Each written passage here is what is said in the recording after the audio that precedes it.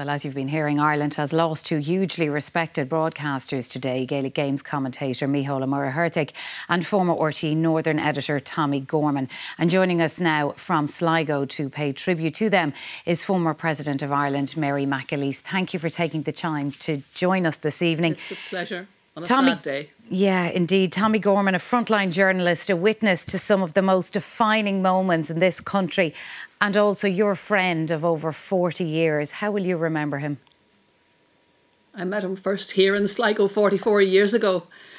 He had just, shortly before that, joined the RTÉ newsroom. I had just joined RTÉ Current Affairs, and we met here at the Sligo Count, where another old colleague, Ted Nealon, now gone to his returnal reward as well, had just taken a seat for Fine Gael. So that was our first introduction, and over the years Tommie became such a wonderful friend. I mean, the word faithful really, really clings to him, because if Tommie was your friend, you knew all about it. And in particular during the years that he was the Northern correspondent, I mean, he had done great work in Brussels, but when he came to do the Northern job, he just put his soul into it. And bearing in mind that all during those years, he was dealing with the cancer that would eventually take him. He was going back and forward to Sweden for treatment. I don't think anybody would ever know the pain, the suffering, the loneliness he went through, except perhaps his darling Ciara. That the mere mention of anybody who's ever in his company when he's talking about Ciara would know that Tommie's face would light up like a Christmas tree when he was talking about Ciara or his darling children, Joe and Moya.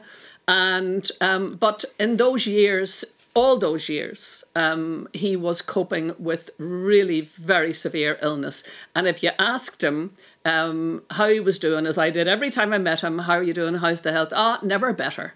And that was the title, of course, that he put on his recent memoir.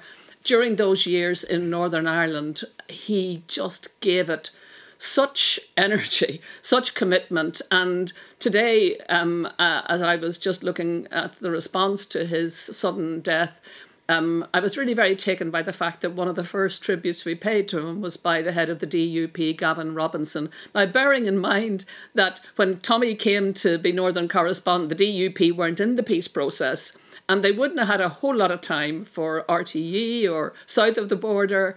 And it's a tribute to Tommie and the connections he made and the friendships he built up. Most importantly, the trust he built up as a journalist.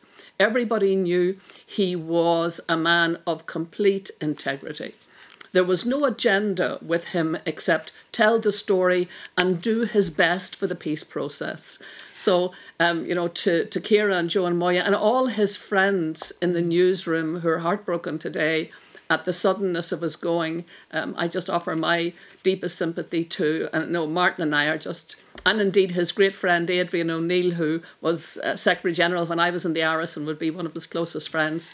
I just think of all those people today who feel a big, big, big sense of loss at his going. And a sad day too, Mary McAleese, for Gaelic Games and anybody who watched or listened, particularly listened, the man with the lyrical voice who for thousands of people here and abroad, he was the sound of the GAA. He was the voice of Ireland. He was the voice of Gaelic Games, but he was also so much more than that. I mean, he was associated with every major and minor, senior, junior football match, minor football match, hurling match. He loved Gaelic Games. He loved Irish culture. He loved the Irish language. Another man who just adored his family, was a great, great family man.